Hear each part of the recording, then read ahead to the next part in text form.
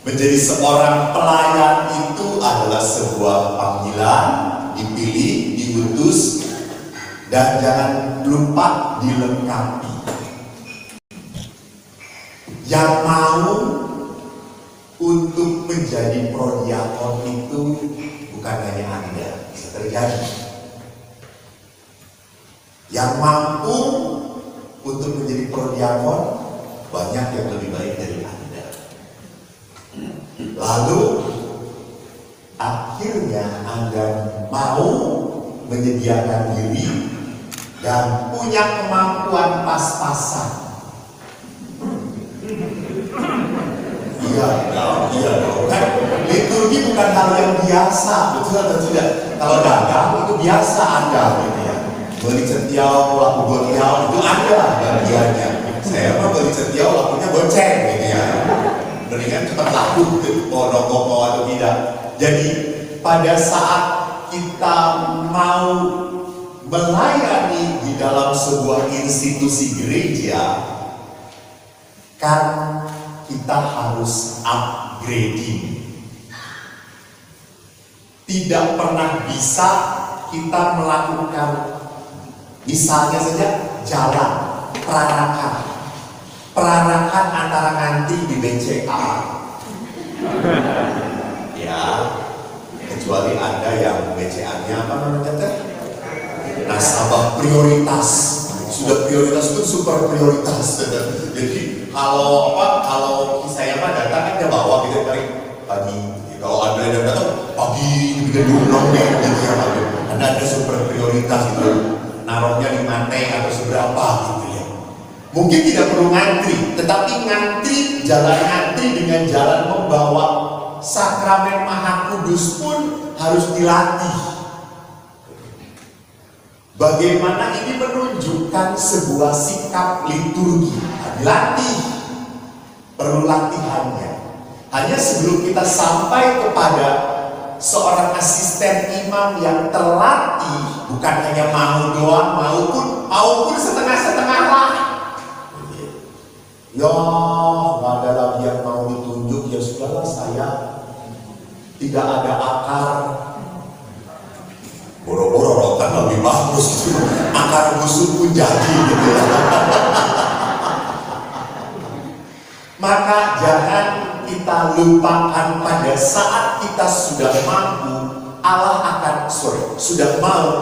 akan melengkapi. Itu karya di dalam sebuah pastoral. Selalu kayak gitu. Sepertinya tidak mampu, loh kok tiba-tiba saya kok dimampukan oleh Tuhan. Dimampukan oleh Tuhan. Maka di dalam sebuah pelayanan harus ada sebuah kesadaran bahwa ini sebuah panggilan. Yeremia pun sama, seorang nabi dipanggil ogah-ogahan. Jangan saya ini orang yang tidak layak dan tidak pantas. Tapi Tuhan berkata, Yeremia, sebelum aku membentuk engkau dalam rahimmu, aku mengenal engkau.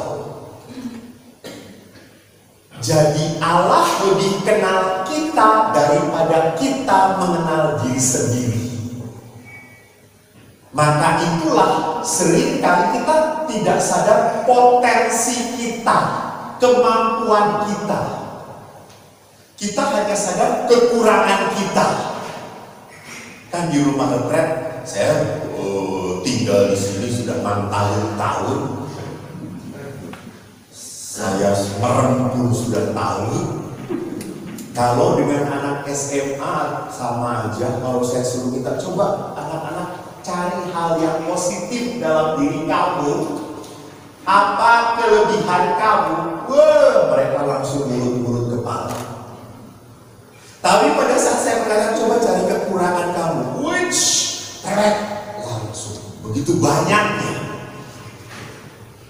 Jadi kita sering kali menjadi pribadi yang terlalu mengedepankan hal negatifnya, ketidakmampuan saya tuh tidak bisa, saya tuh kayak gini. No. Itu mah pasti, namanya juga manusia. Saya justru jadi asisten imam, terus kalau ngomongin pasturnya, tenang, bukan saya ini toh. Kali-kali si Hendra toh. Diomongkan gitu ya. Jadi perhatikan bahwa seorang asisten imam, seorang petugas liturgi, seorang pelayan umat bukan orang suci. Maaf, bukan. Allah memanggil Anda bukan karena kesucian Anda. Tolong, jauh pisan. Saya bukan menghina, itu juga menyadarkan diri saya. Jauh pisan, bukan. Jadi kita dipilih oleh Tuhan, dipanggil oleh Tuhan. Justru pelayanan ini menjadi jalan kesucian. Nah ini yang harus kita lihat. Justru jalan panggilan ini menjadi jalan kekudusan. Inilah cara Tuhan supaya Bapak Ibu ini eling. Syukur pada Allah banyak yang muda ya saya lihat ya. Karena sering kali zaman saya kecil, Rodia, Kordi, Laurentius itu bagi komuni tubuh Kristus. Kita juga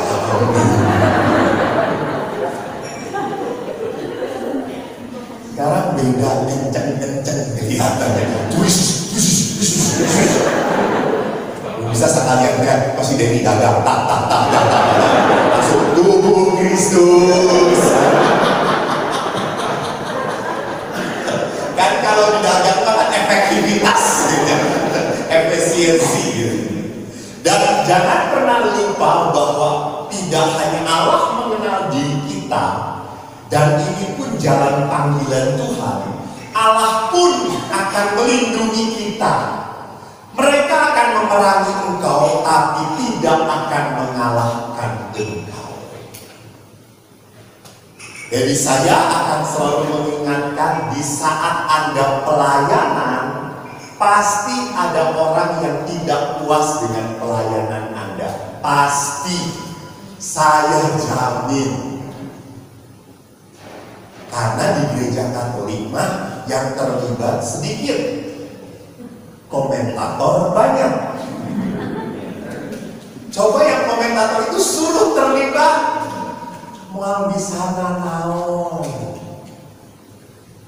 Jadi sejak Yeremia pun orang-orang yang dipilih Allah selalu ada yang memerangi. Memerangi itu apa? Membuat saya akhirnya merasa tidak nyaman dengan pelayanan, merasa something wrong dengan pelayanan saya. Pasti diomongin. Kan ada umat yang selalu ngomong pada saya, Romo, supaya jadi omongin mah mendingan cicing aktif di gereja. Datang hari Minggu komuni pulang, balik lagi komuni minggu depan pulang. Selesai diomongin. Betul. Tetapi saya jamin hidup imanmu tidak berkembang. Engkau cuma hafal bahwa kami Salam Maria dan aku percaya. Litani aja tidak tahu apa maksudnya. Jadi kalau kita mau menjadi orang Katolik biasa-biasa saja, memang aman, tetapi Anda tidak akan bertumbuh dan berkembang. Justru pada saat Anda berani memasuki pelayanan, Anda akan semakin tahu, mengenal kekuatan dan kekayaan iman kita. Ini yang harus kita sadari. Saya tidak tahu apakah asisten imam di paroki Laurentius ini juga memakamkan, ya, memberi renungan di lingkungan. Woi, keren banget. Pasti Pastor Maman kalah dengan Anda. Saya tahu. Ngomongขึ้นgitu. Kerjakan gitu.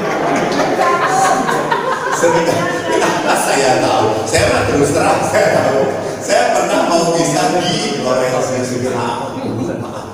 Tiba-tiba ada si cucu tuh dengan si emaknya biasa misa gitu. Lalu si cucunya tuh ke WC, pas ke WC keluar ketemu dengan pas mama, lalu apes.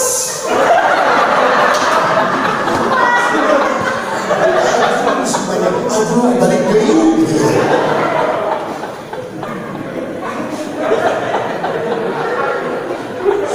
Terus saya lebih baik ngomong daripada diam-diam.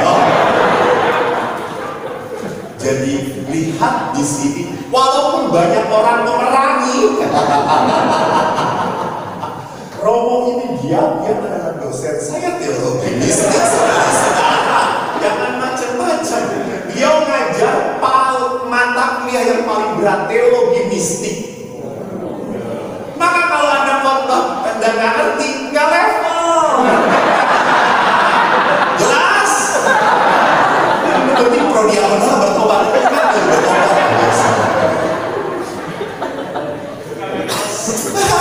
Nggak level. Saya aja menang C.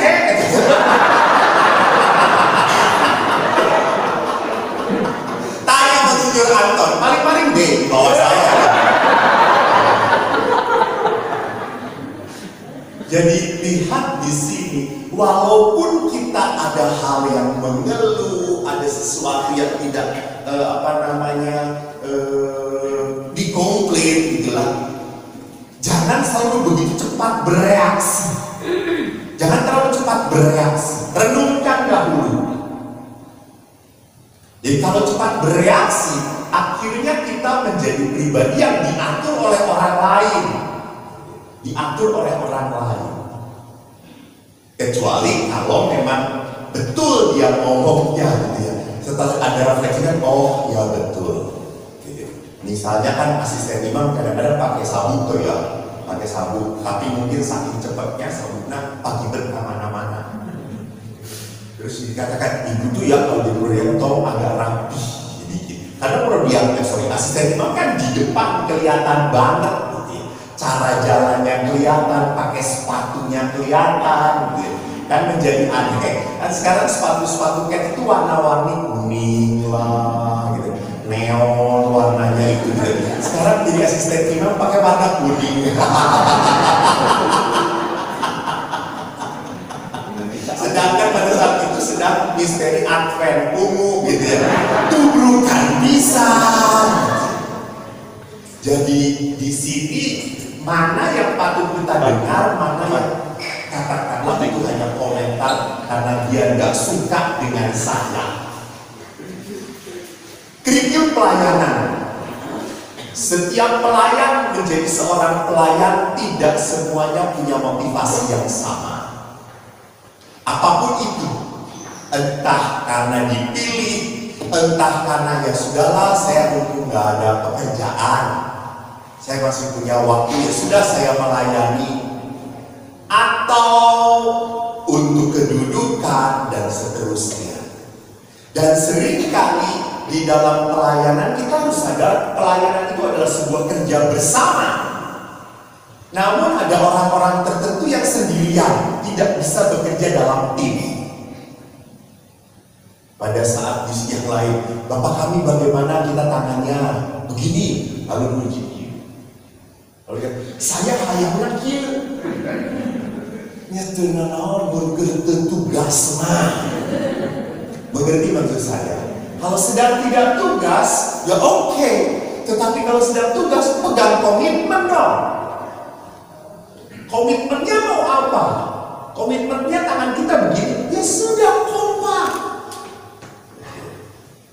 Jadi di sini kita perlunya sebuah teamwork, kerjasama, kerendahan hati. Tapi saya itu kalau berdoa Bapak kami nyamannya begini. Oke, silakan. Di saat Anda tidak bertugas di depan. Karena pada saat di depan itu kan yang namanya keserasian. Itu kan dilihat. Membawa simboli tubuh Kristus. Di sini apa di sini? Saya pernah di jalan tadi motor. Saya terhitung-hitung dari kali gitu ya. Jadi di sini pentingnya sebuah keserasian timbul. Jadi diatur hal seperti itu. Rekan pelayanan yang seringkali tidak melihat sesama pelayannya sebagai penolong yang sepadan. Saya selalu mengatakan, tolonglah kalau menjadi asisten imam, kita menjadi sebuah keluarga.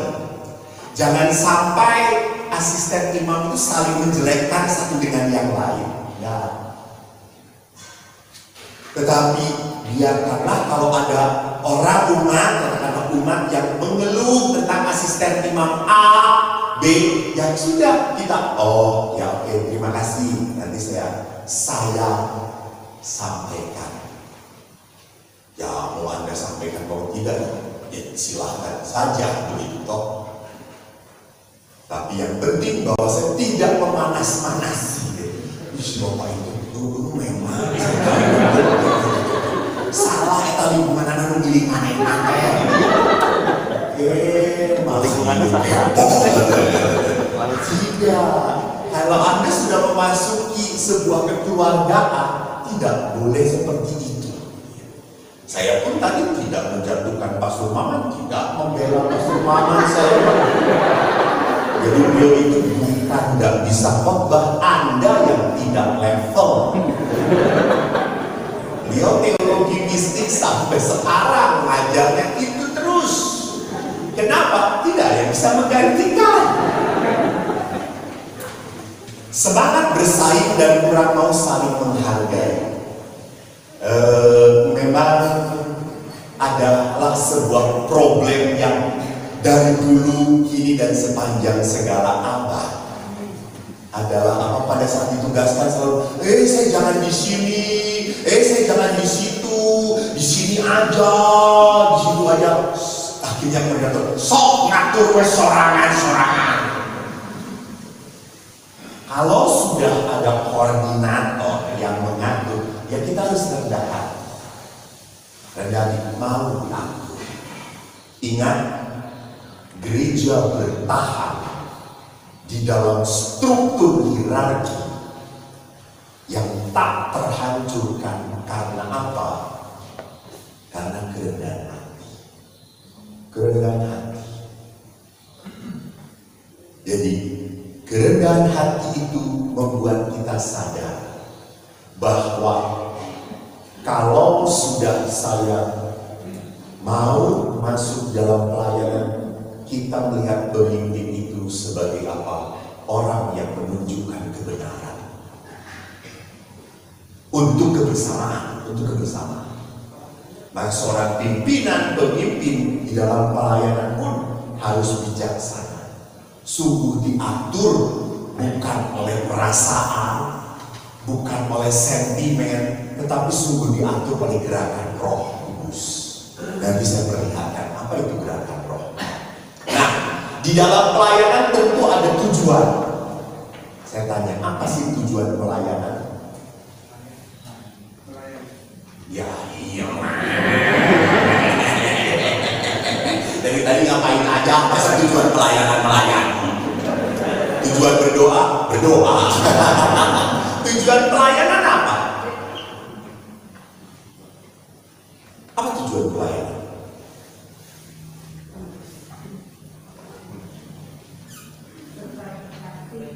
Berbagi kasih. Oke. Next. Lebih intim dengan Tuhan.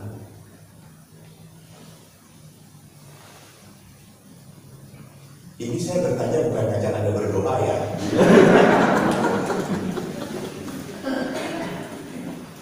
Jadi tujuan pelayanan adalah apa? Menyampaikan cinta Kristus pada orang lain. Jadi supaya orang itu merasakan kasih Tuhan. Jadi tidak pernah boleh seorang asisten imam atau para pelayan siapapun menjadi batu sandungan orang untuk bertemu dan merasakan cinta Tuhan. Maka indah sekali pada saat seorang prodiakon menyampaikan komuni kudus pada para oma-oma yang sudah tidak mampu ke gereja lagi. Oma itu merasakan apa? Kekuatan dengan sakramen yang Anda bawa itu. Itu tujuannya. Menghantar kasih Tuhan pada orang lain. Supaya yang tidak mampu pun, entah secara fisik atau apapun, tetap bisa merasakan bahwa Tuhan itu peduli pada engkau. Bahwa Tuhan itu mengasihi engkau. Dan Anda lah, termasuk saya, tangan-tangannya. Nah, kalau itu goalnya, tentu ada effort, ada difficulty, ada partner, dan the most important thing adalah faith. Kita tahu harus ada usaha untuk mencapai sebuah tindakan mengasihi itu. Dan tadi dikatakan ada kesulitan, tapi jangan lupa kita pun punya tim, bekerja bersama, tidak sendirian, dan ini faith, iman. Iman ini menjadi landasan yang harus kuat dalam batin kita. Karena kalau tidak kuat, akhirnya, maaf ya, kalau pelayanan landasan imannya tidak kuat, maka seringkali patah pada saat apa? Kesinggung. Langsung mundur. Gesan saya masa namanya asisten imam tapi isinya kacau kayak gini. Walai saya. Nah ini landasan imannya belum, landasannya luka. Jadi kalau dalam pelayanan landasannya orang mudah terluka, ya rapuh pelayanannya. Gak akan kokoh, gak akan kuat. Digebrak sedikit saja langsung mundur. Mungkin tidak teratur tapi ngacor. Lengit pindah agama. Jadi perhatikan, landasan yang tidak pernah bisa dinegosiasi adalah apa? Iman. Nanti kita lihat. Maka kita bisa memperlihatkan apakah pelayanan ini berkat atau beban. Pertama, kita harus sadari apa yang dikatakan di dalam kitab suci. Sewaktu Yesus memanggil para muridnya. Kalau daripada nganggur kamu bacakan. Kamu baca saya bisa minum. Yohanes 21 ayat 15 sampai 19. Sesudah sarapan, Yesus berkata kepada Simon Petrus, "Simon, anak Yohanes, apakah engkau mengasihi aku lebih daripada mereka ini?" Jawab Petrus kepadanya, "Benar Tuhan, engkau tahu bahwa aku mengasihi engkau." Kata Yesus kepadanya, "Gembalakanlah domba-dombaku." Kata Yesus pula kepadanya untuk kedua kalinya, "Simon, anak Yohanes, apakah engkau mengasihi aku?" Jawab Petrus kepadanya, "Benar Tuhan, engkau tahu bahwa aku mengasihi engkau." Kata Yesus kepadanya, "Gembalakanlah domba-dombaku." Kata Yesus kepadanya untuk ketiga kalinya, "Simon, anak Yohanes, apakah engkau mengasihi aku?" Maka sedih hati Petrus karena Yesus berkata untuk ketiga kalinya, "Apakah engkau mengasihi aku?" Dan ia berkata kepadanya, "Tuhan, engkau tahu segala sesuatu. Engkau tahu bahwa aku mengasihi engkau." Kata Yesus kepadanya, "Gembalakanlah domba-dombaku." Demikianlah sabda Tuhan. Terpujilah Kristus. Saya selalu melihat kejanggalan di dalam Injil ini. Injil ini kan memperlihatkan Yesus tanya, "Simon, apakah engkau mengasihi aku?" Jawab Simon, Ya, saya mengasihi. Tanggapan Yesus, gembalakanlah domba. Nggak nyambung. Sama seperti Anda kalau dengan istri Anda, Mama saya nggak dengar aku. Sayang, ini belanja jangan banyak-banyak ya, jangan dihabiskan. Kan kalau Yesus nyambung, Simon, apakah kau mengasihi aku? Ya, aku mengasihi kau. Aku juga nyambung dong. Tapi Yesus mengatakannya apa? Gembalakanlah domba-domba. Jadi menurut saya, Yesus itu bukan orang yang baper. Yesus adalah orang yang menyertakan pada action. Gak mau ngomong terlalu jelimet tentang perasaan.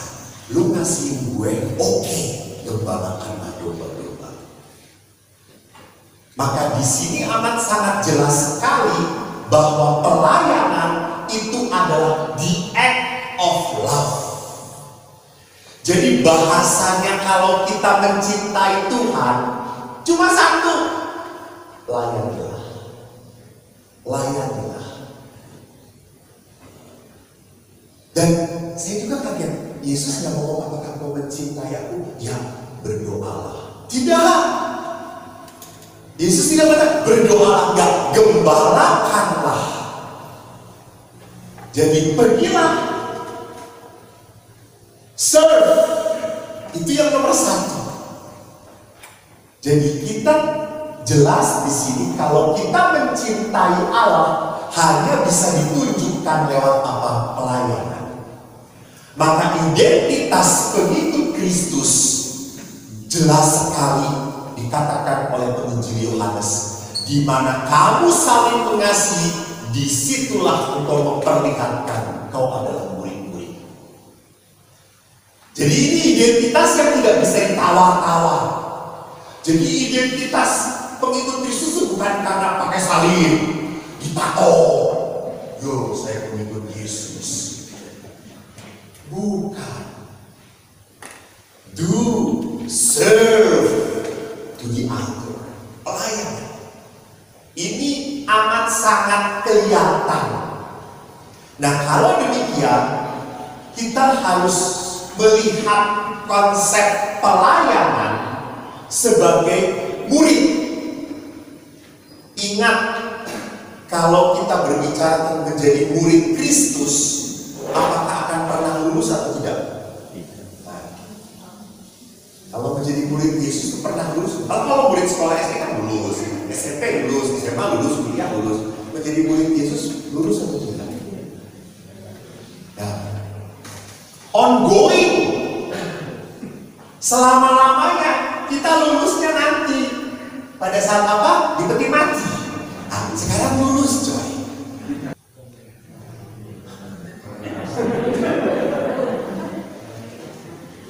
Bagaimana di kerajaan surga apa yang dilakukan? Yes, memuji Tuhan. Kudus, kudus, kuduslah Tuhan. Jadi rupanya konsep di kita adalah apa? Memuliakan Tuhan dalam pesta orang kemuliaan bagi Allah. Jadi bukan kenikmatan badani, tapi apa? Di sini ya demi kemuliaan Allah.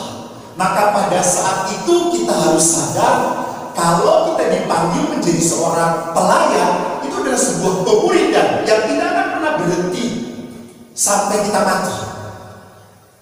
Nah, kalau kita kontekskan pelayanan dalam kerangka pemuridan, kita harus sadar bahwa menjadi seorang pelayan adalah tanggung jawab moral yang muncul tidak hanya dari kesepakatan sosial, namun terutama muncul juga dari undangan Tuhan untuk mencintai. Apa maksudnya kesepakatan sosial? Maaf, kalau di paroki Jakarta sih strukturnya orang yang mau jadi prodiakon itu saring dari umat dulu.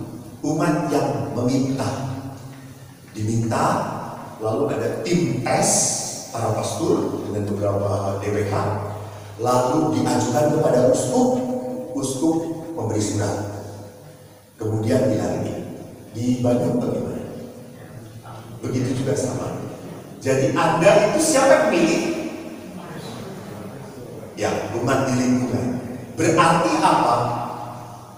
Berarti umat di lingkungan percaya pada Anda. Ini tanggung jawab orang.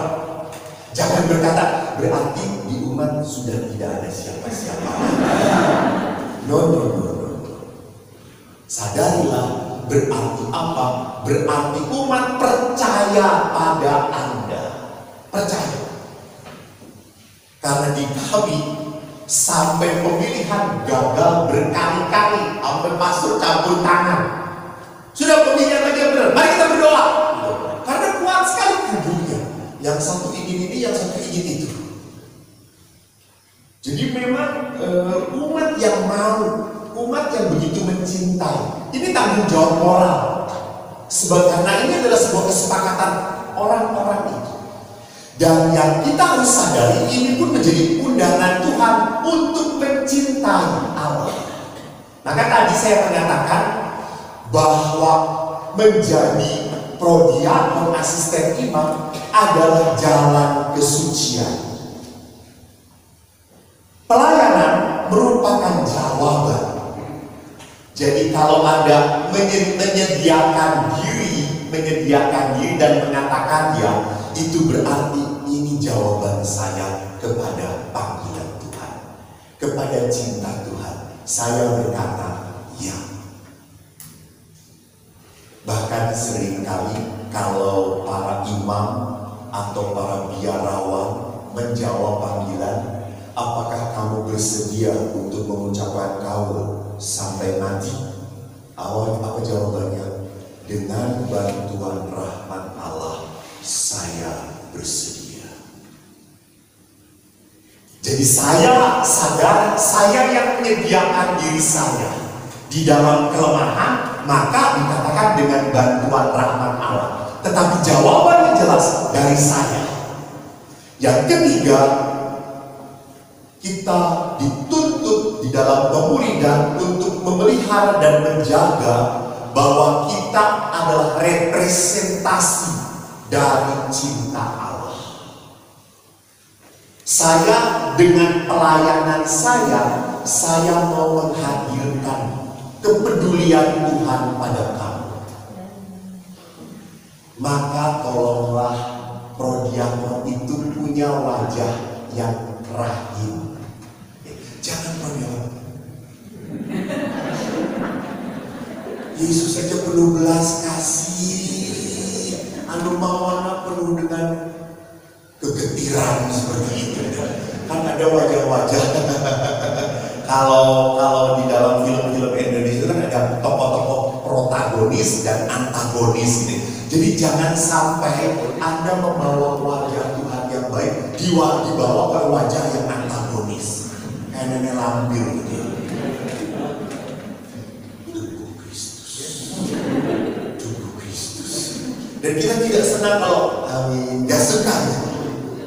Oke saja. Kan kadang-kadang ada yang tubuh Kristus, amin. Ini jangan sini. Apaan sih?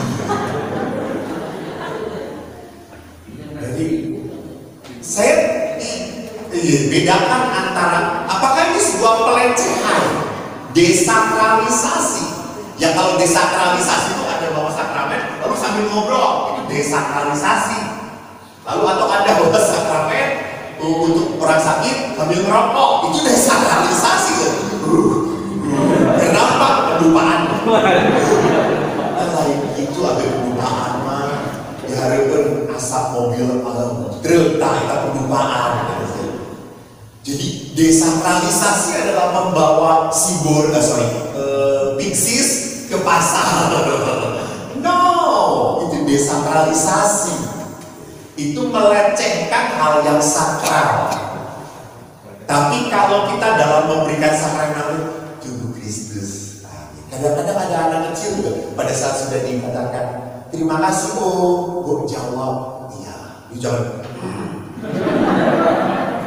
Allah, Anda menghadirkan kerahiman Tuhan. Dan tolong, kalau kadang-kadang kan ada juga setelah pandemi ini kan juga suka bingung tuh ya. Setelah itu tubuh Kristus, dia masih dia gini. Lalu ada Katolik atau bukan? Cintoni kan? Oke sih, iya tapi buat pelan-pelan. Apakah Katolik? Dengan wah, dengan apa? Dengan yang nyaman gitu, bukan Katolik bukan? Entah tahu sikapnya seperti apa. Gak ada pelajaran komuni pertama gitu. Malah penyelidikan kanonik. Jadi di sini kita harus sadar bahwa Anda itu representasi, menghadirkan, mempresentasikan, menghadirkan Tuhan, wajah Tuhan, sosok Tuhan. Nah, pelayan berhati Bapak.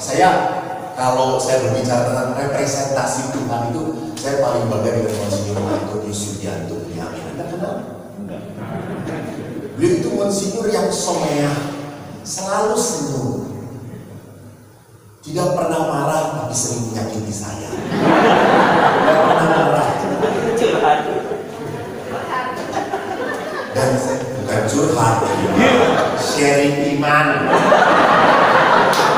Curhat mah ibu-ibu.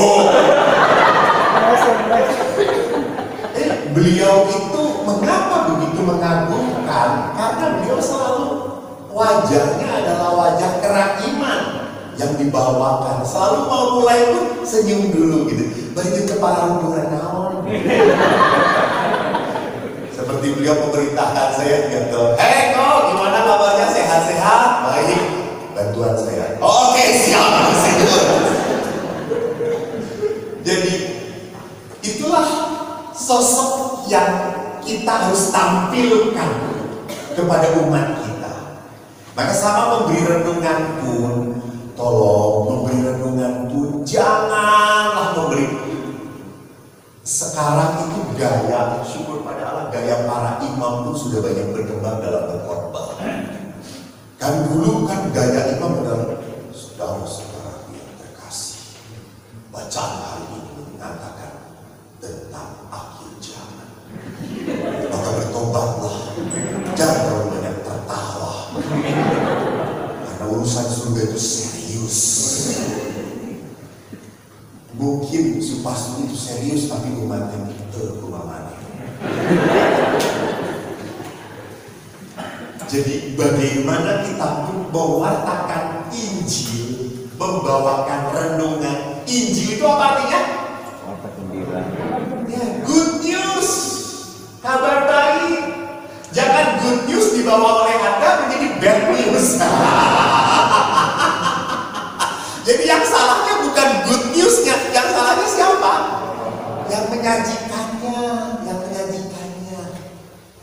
Saya ingat di restoran yang sama, yang menyajikannya gak menarik, ya Pak ini jadi gak enak. Tapi sajian yang sama disajikan, Pak ini makannya duluan ya, ini mumpung hangat dimakan duluan, ini nanti setelahnya ini bumbu-bumbunya, jadi nikmat. Karena apa? Yang menyajikannya, representasinya.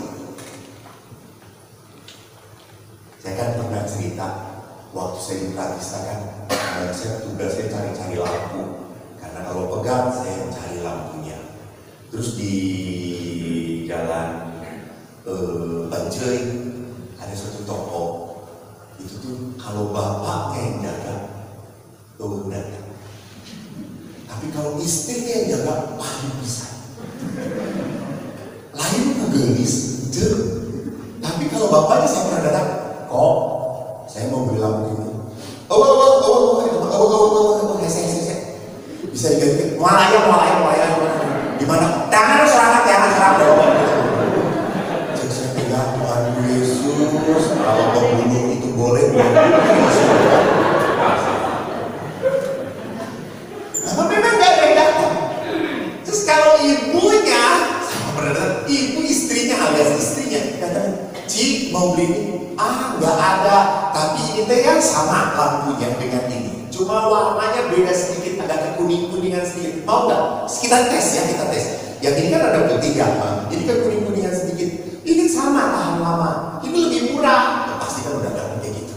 Tapi orang jadi, oke, saya beli kayak gitu. Ya berarti kan representasi membuat orang menjadi apa? Tertarik.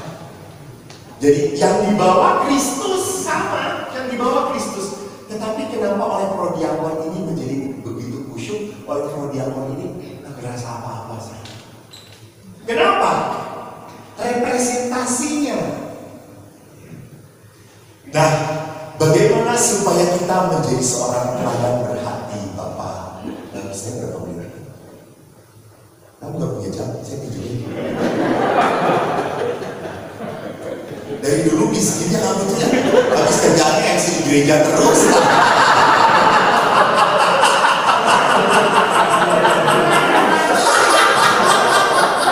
Oh, duitan. Tolong ingetin ya. Bagaimana menjadi seorang pelayan berhati Bapa? Mari kita lihat berguru pada Yesus sendiri. Yesus adalah a man with God's heart, manusia berhati Allah. Ada 3 hal yang begitu menarik dalam hidup Yesus dan terakumulasi dan akhirnya itu yang membentuk menjadi pribadi berhati Allah. Hidup itu panggilan dan hidup itu pilihan. Maka berbahagia itu pun pilihan.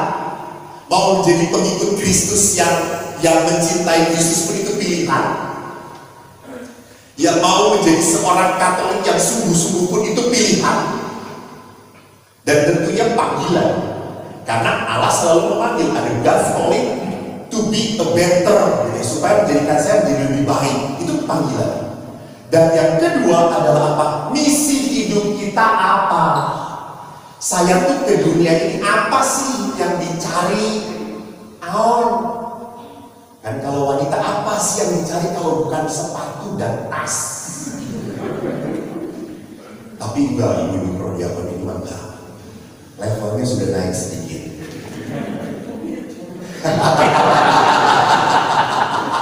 Bukan sepatu, tas, cincin, jalan-jalan kemana ya? Kosmetik jadi semuanya. Dan juga apa namanya ke Korea. Narik semua wajah gitu. Nah, di sini misi hidup saya apa? Saya di dunia ini apa yang saya cari? Apa yang membuat saya damai? Jadi kalau kita berbicara tentang misi, kita akhirnya sadar, apakah saya itu hidup di dunia cari senang, fun, atau cari hidup yang damai, yang membuat saya lebih stabil.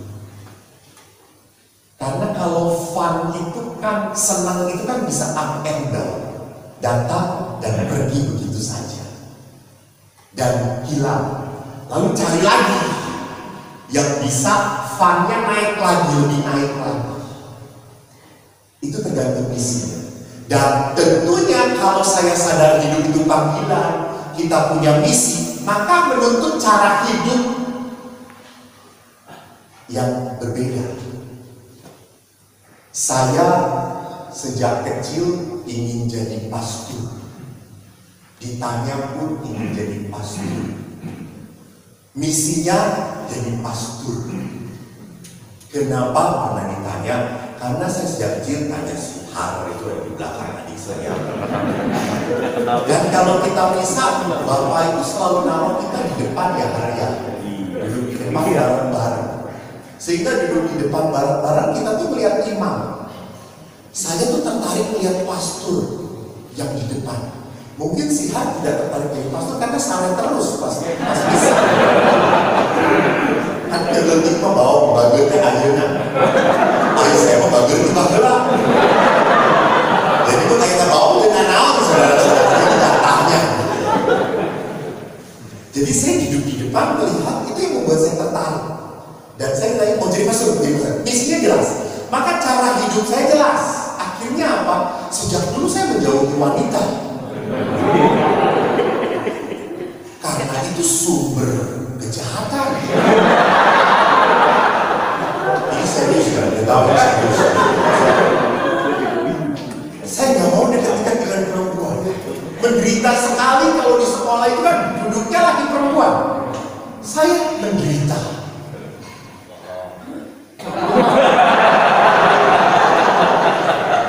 Bukan bohong, betul. Tapi setelah menjadi frater harus dekat dengan wanita. Ada keinginan juga untuk dekat dengan perempuan. Tetapi toh cara hidup saya harus diatur. Maka sama.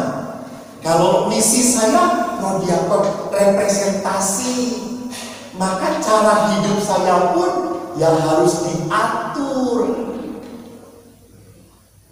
Nah, ini tidak bisa seenaknya gitu. Lucu tuh kalau Anda lihat para uskup pertemuan, itu para uskup selalu yang suka merokok, pada merokok di mana? Ke belakang langsung cari cium budak kali.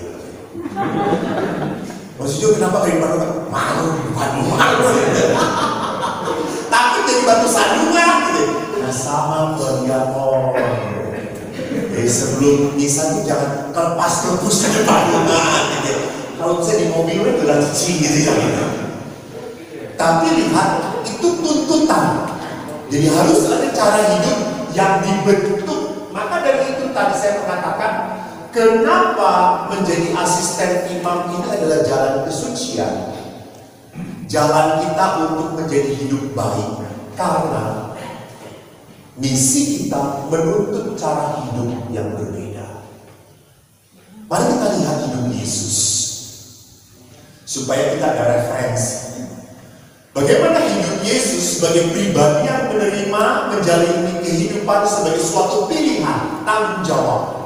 Maka pada saat Yesus berbicara tentang penderitaan, Yesus mengatakan anak manusia harus menanggung banyak penderitaan. Memang ini adalah sesuatu yang katakanlah hal yang Yesus sadari, bahwa satu-satunya manusia yang diciptakan Allah untuk menderita siapa? Cuma Yesus. Kita manusia diciptakan oleh Allah untuk menikmati berkat Tuhan, edarnya. Sedangkan Yesus dihadirkan oleh Allah ke dunia untuk menderita. Dan Yesus sudah menyatukan panggilan itu dengan panggilan Bapa. Sehingga pada saat salah satu muridnya memenggal telinga Malkus, diterangkan Yesus berkata, sarungkan pedangmu, aku harus minum cawan. Maka pada saat Yesus menghadapi musuh-musuhnya, Yesus berteriak, ampunilah mereka, sebab mereka tidak tahu. Nah, sekarang kalau kita kembalikan kepada panggilan kita, tolonglah. Anda sudah dilantik belum? Sudah. Kalau Anda sudah dilantik dan sudah berkata ya untuk pengucapan janji, sudah ya? Sudah. Di depan itu toh, di depan imam dan umat Allah itu. Kalau depan komputer. Zoom. Harus dibarui. Karena di depan Zoom wajahnya gak jelas kayak gini. Berapa tahunnya Pak? Online. Ya. Ini 2021 itu selesai. Dilantiknya kapan? 2021. Oh masih online 2021. Ini parah banget. Kita 21 sudah offline di gereja kita di Helena dan aman-aman serangan. Baik, pada saat Anda mengatakan ya, berjanji entah caranya seperti apapun gitu ya, di depan komputer atau di depan rumah Allah yang hadir di situ. Tapi kita harus sadar bahwa ini adalah saya yang mengucapkan. Saya yang mengucapkan. Maka kalau sudah mengucapkan ya, tolonglah kita dituntut total.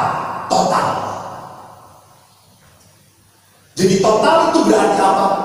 Berikan pikiran Anda, berikan hati Anda, berikan tenaga Anda, berikan waktu Anda. Itu totalitas. Ingat, totalitas tidak akan pernah jatuh pada fatalitas. Ya. Totalitas tidak akan pernah jatuh kepada kehancuran. Justru totalitas akan sampai kepada vitalitas, kepada kehidupan. Saya ingat apa yang dikatakan Ibu Elisa. You give not because you want to get. You give because that is life. Jadi kita memberikan waktu kita kepada Tuhan, persembahan kita kepada Tuhan, bukan supaya usaha kita diberkati. Tolong jangan ada prodiakon yang seperti itu. Bapak Rudi ini sebelum jadi prodiakon warnanya laku pisan. Setelah jadi prodiakon tetap laku. Mengkhianati jadi prodiakon tetap laku. Hubungan anak. Jadi perhatikan bahwa saya memberikan hidup saya, waktu saya.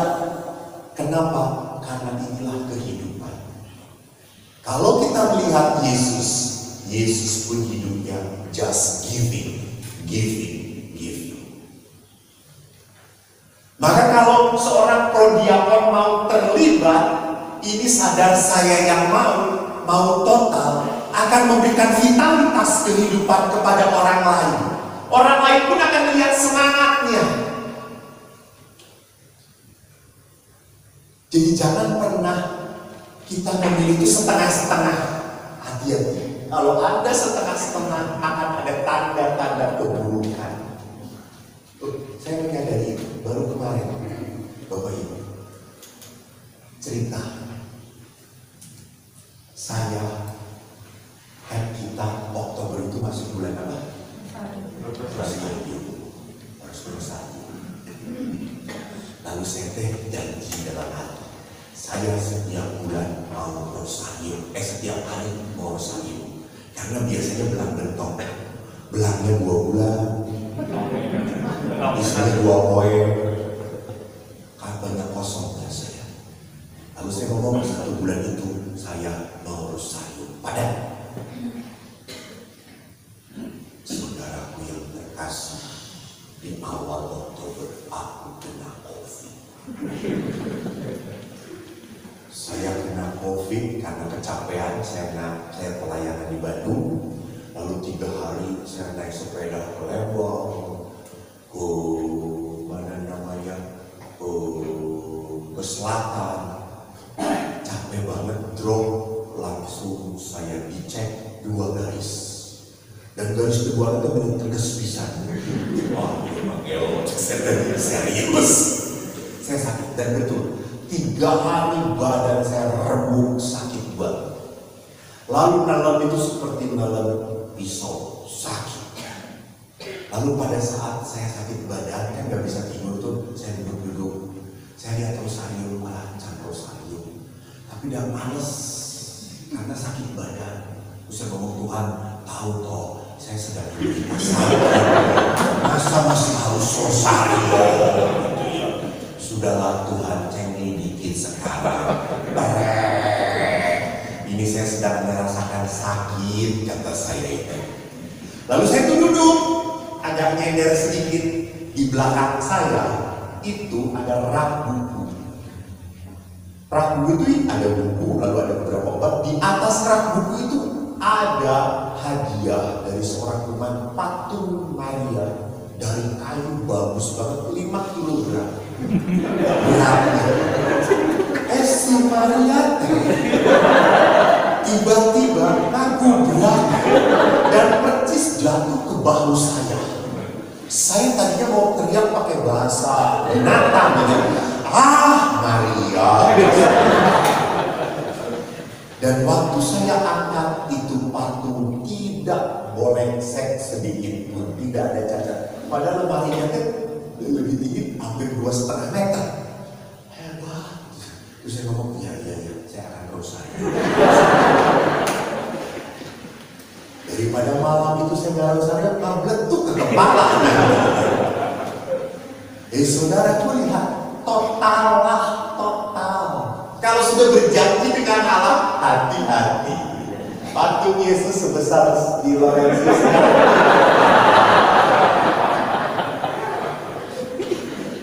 Jadi Allah itu menuntut apa? Semua totalitas. Kenapa? Karena Allah pun sudah mencintai kita total. Allah tidak pernah mencintai kita setengah-setengah. Ada. Allah memelihara kita. Maka kalau kita melayani Tuhan, tolonglah jangan Senin Kemis. Full. Sama. Kalau saya sudah terlibat di prodiakon, saya menyerahkan diri. Oke, saya mau terlibat. Kalau Anda punya ide, punya gagasan demi kebaikan prodiakon, bicaralah bersama-sama. Supaya apa? Pelayanan semakin meningkat sehingga umat semakin terbangun hidup imannya. Ini panggilan.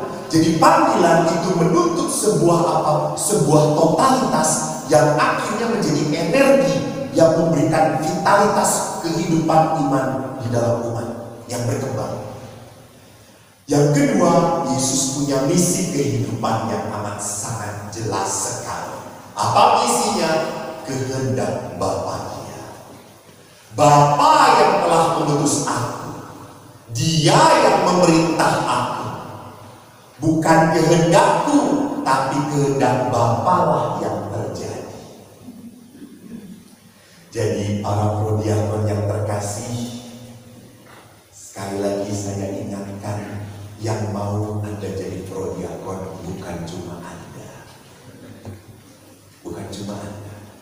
Tuhan pun merestui. Kalau Tuhan tidak merestui pada saat kemarin pelantikan konslet, gak ada yang konslet toh? Ada di merestui. Allah pun menghendaki. Kalau Allah menghendaki, please lakukan. Saya ingat dalam kerangka totalitas dan menghendaki.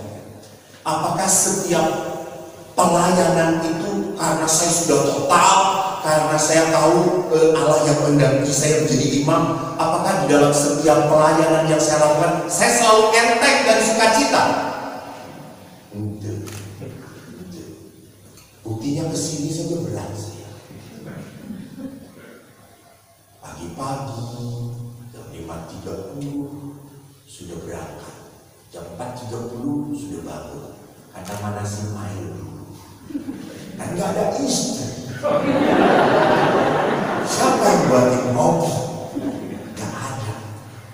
Buat sendiri kopi. Roti diselain, siapa yang nyalain? Si ekonomi. Dan Marianya masih tidur. Tapi toh apa yang terjadi selalu pada saat saya mengawali dengan kemalasan. Ingat, pelayanan itu selalu begini. Di saat saya mengawali dengan kemalasan, Anda akan mengakhiri dengan kedamaian. Asik. Selalu itu terjadi di dalam pelayanan. Saya malas lalu capek, panas-panas hujan, tapi saya pulang dengan sukacita. Kemarin hari Jumat saya 3 kali misa. Jumat pertama, pagi Jumat pertama, malam siang-siang Jumat pertama dengan para guru, malam dengan lingkungan. Saya bisa jumpa ke lingkungan. Pas mau misa, Hujan deras, Anda tahu tentang Tangerang itu. Hujan langsung naik lutut. Saya naik motor, pokoknya ngegas. Karena kalau naik mobil pasti macet di mana-mana. Semua berhenti. Saya naik motor, hujan deras sekali. Saya sudah 3 rangkep pakai jas hujan. Tapi namanya air teh keren. Masuknya ke dalam titel, para rasa di bagian sempit-sempitannya aja. Nah, itu tuh basah rasanya. Dan saya datang, belum ada rumah, baru tuan rumah doang. Betul, Romo, jadi datang juga. Ya iya toh, hujan deras kayak gini Romo. Ih, paling basah lah, sih oke. Basah mah kalau dikaring oke. Lalu duduk, tiba-tiba umat satu demi satu datang. Dan mereka suka cerita, Romo udah datang, ya kita bisa ya iyalah kan, jadi kita bisa. Ya udah, kita mulai. Romo pakai apa? Lalu kita ngobrol. Sampai jam 11 malam, kita ngobrol. Dan mereka senang banget karena sudah 3 tahun tidak pernah dikunjungin. Itu kunjungan saya pertama. Setelah pandemi, tidak ada kunjungan, lalu saya bilang, mereka rindu banget, senang banget dikunjungi. Jadi saya pulang, terima kasih Tuhan. Saya tidur, rada aduh tuh berat. Ulang-ulang sudah ada COVID. Langsung bangun minyak kayu putih, borong ke minyak kayu putih. Wah, bangun segar. Dilihatlah, seringkali di dalam pelayanan, pada saat kita mau melayani, selalu ada setan-setan kemalasan itu bergel. Ada yang suka bergentayangan jadi apa? Yang ketiga adalah apa? Hidup Yesus diwarnai oleh mati raga, doa dan penyangkalan diri. Nah, dalam Injil Lukas kita lihat, pergilah Yesus ke bukit untuk berdoa semalam-malaman. Ia berdoa pada Allah. Setelah berpuasa 40 hari 40 malam, dan para murid menemukan Yesus sedang apa? Sedang berdoa.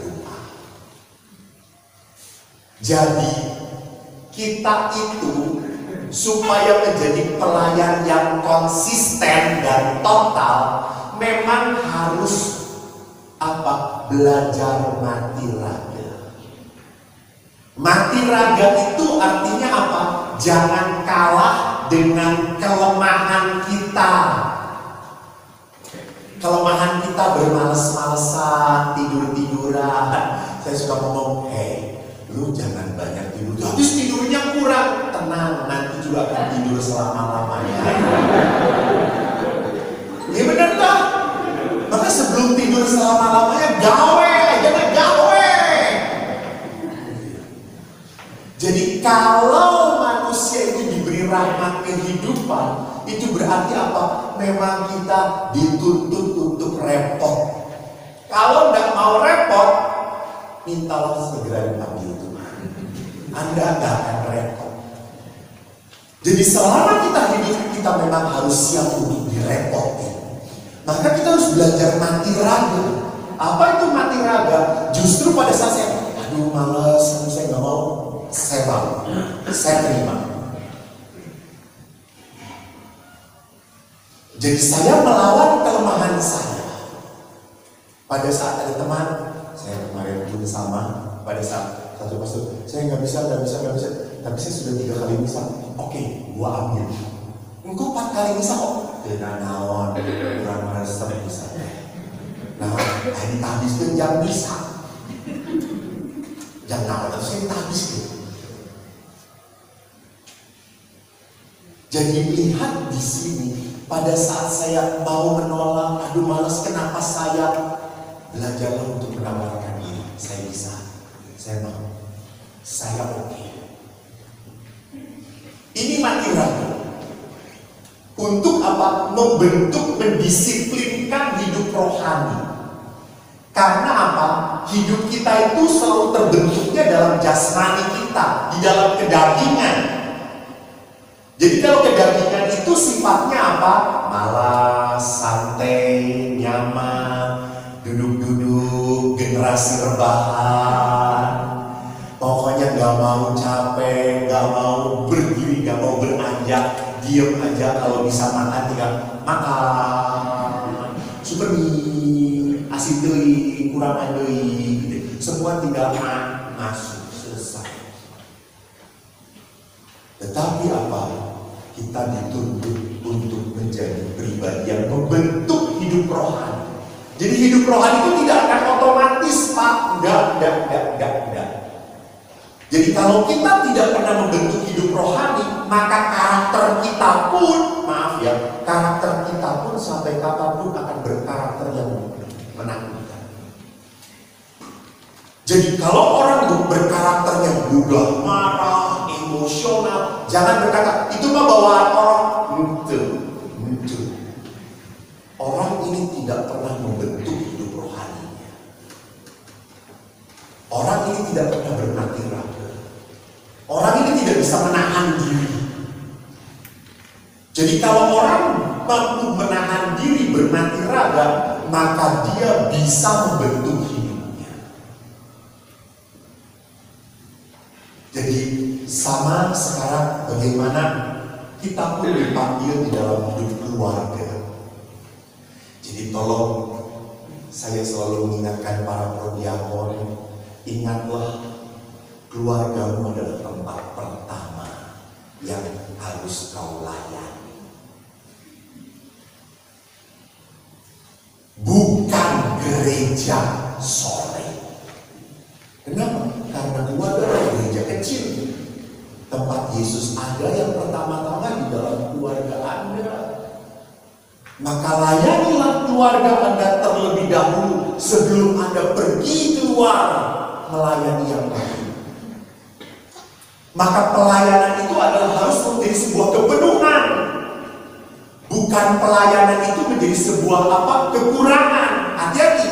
Kalau pelayanan berlandaskan pada kekurangan, maka di dalam pelayanan orang itu butuh pujian, butuh pengakuan, butuh sanjungan. Karena melayaninya dalam kekurangan. Ngerti maksud saya? Tetapi kalau orang pelayanannya di dalam kepenuhan, maka dia hanya bisa Giving. Whatever you will do to me, I just give. Tugas saya adalah memberikan. Jadi inilah tuntutan, inilah cara untuk sampai kepada keselamatan, kepada kekudusan. Yesus pernah berkata dan mengutip apa yang dikatakan oleh Paulus sebelumnya. Siapa pendorong pelayanan dalam hidup gereja? Paulus ke-6 pernah berkata, Roh Kudus seperti pada permulaan gereja bekerja dalam setiap penginjilan, membiarkan dirinya dirasuki dan dituntun oleh Roh Kudus. Bapak Ibu pernah lihat Jatilan, udah lumping, orang-orang sudah kerasukan. Jadi orang itu harus dirasuki, bukan oleh kerasukan udah lumping, tapi oleh Roh Kudus. Maka kalau orang yang kerasukan udah lumping kan dia bisa makan kacang, beli tenanawan, baku itu tenanawan. Jadi kenapa? Karena Roh itu yang datang. Sama. Orang itu harus bisa dirasuki Roh Kudus Allah, sehingga hal yang mustahil itu menjadi memungkinkan. Bisa. Karena apa? Karena karya Roh Allah ini dalam diri kita. Nah, inilah akhirnya kalau orang terbuka pada cakrawala Roh Kudus, maka orang tidak pernah takut terhadap apa yang dituntut oleh Allah dan kemana Allah akan menuntun pelayanan saya. Ingat, kalau Allah menuntun kepada pelayanan, selalu menuntun kepada apa? Saya. Kepada saya. Jadi memang pelayanan itu identik dengan saya.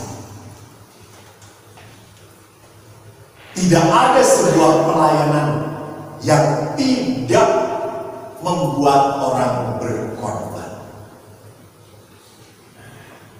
Saya ingat, saya pernah ngomong belum ya, nggak tahu kalau pernah juga ada, mungkin saya ingatkan kembali.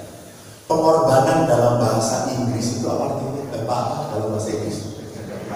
Sacrifice. Sacrifice. Sacrifice itu kata dasarnya apa?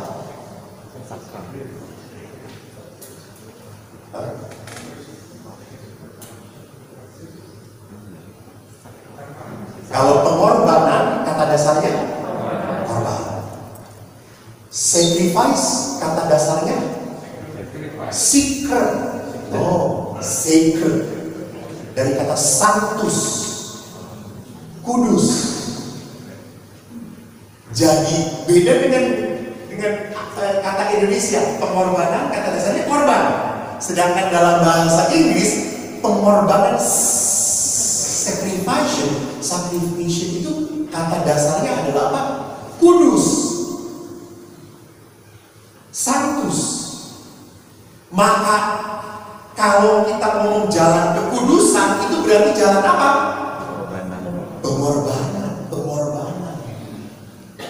Maka pelayanan itu adalah pengorbanan. Tolong ingat, tidak ada satu prodiak asisten imam di paroki Laurentius yang dikorbankan. Setuju? Tidak ada dikorbankan.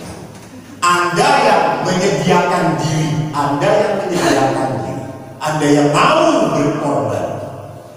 Maka kalau kita sadar kita dirasuki oleh Roh Kudus, maka kita tidak hidup di dalam ketakutan. Ingat, surat Rasul Paulus terjemahan di Galatia mengatakan orang yang digerakkan oleh Roh Kudus akan membuahkan damai, sukacita, kesabaran, kemurahan hati, kelemah lembutan. Ini keutamaan. Sekali lagi, keutamaan ini dipelihara dan dijaga lewat pengorbanan. Jadi nggak bisa sukacita, damai itu muncul begitu saja. Enggak. Harus ada sesuatu yang kita lakukan. Nah, sekarang kalau kita ditanya bagaimana supaya kita tinggal di dalam Roh Kudus, masuk di dalam karya Allah. Penginjil Yohanes mengatakan, akulah pokok anggur, kamu ranting. Siapa tinggal dalam aku dalam dia, ia berbuah banyak. Maka lihat di sini, sebelum kita bisa menghadirkan Roh Kudus, kita harus tinggal dulu di dalam Yesus. Maka sangat jelas sekali tinggal di dalam Yesus itu berarti apa? Yesus ingin bertindak dahulu di dalam diri kita. Di dalam diri kita. Baru Yesus bisa berbuat melalui diri kita. Nah, sekarang pertanyaannya, kalau prodiakon adalah pribadi-pribadi yang tidak punya hubungan elit, yang tidak punya hubungan intim dengan Tuhan, lalu mau mewartakan Tuhan, aneh. Karena dia tidak punya hubungan intim dengan Tuhan sendiri. Mau apa yang diomongin dia? Omong kosong. Dia jangan-jangan nanti malah mewartakan tentang dirinya. Sama demikian pula kalau kita tidak mengalami pengalaman Yesus di dalam diri kita, maka kita tidak pernah bisa membawakan Yesus kepada orang lain. Itu kan yang tadi saya katakan. Bagaimana saya menghadirkan Yesus di dalam keluarga kita? Bagaimana saya menghadirkan kemurahan hati Tuhan di dalam keluarga kita? Saya sedang mendengarkan sebuah seminar bagus banget. Ada sebuah kalimat dari seorang suami yang memberikan kesaksian. Seringkali para istri ataupun suami berusaha, berdoa, dan berusaha segiat-giatnya untuk merubah pasangannya. Betul atau tidak? Karena banyak sekali sekian persen dalam diri pasangan hal-hal yang tidak menyenangkan bagi pasangannya. Ya, waktu pacaran sih kalau berapa persen hal yang tidak menyenangkan, agak ada menyenangkan semua. Ngarana oke kebobogohan, ngarana oke cinta monyet dan dua monyet sedang jatuh cinta. Tetapi setelah sekian tahun perkawinan, makin tambah 10% yang tidak menyenangkan, 20%. Setelah 25 tahun perkawinan, 100% yang sudah tidak menyenangkan.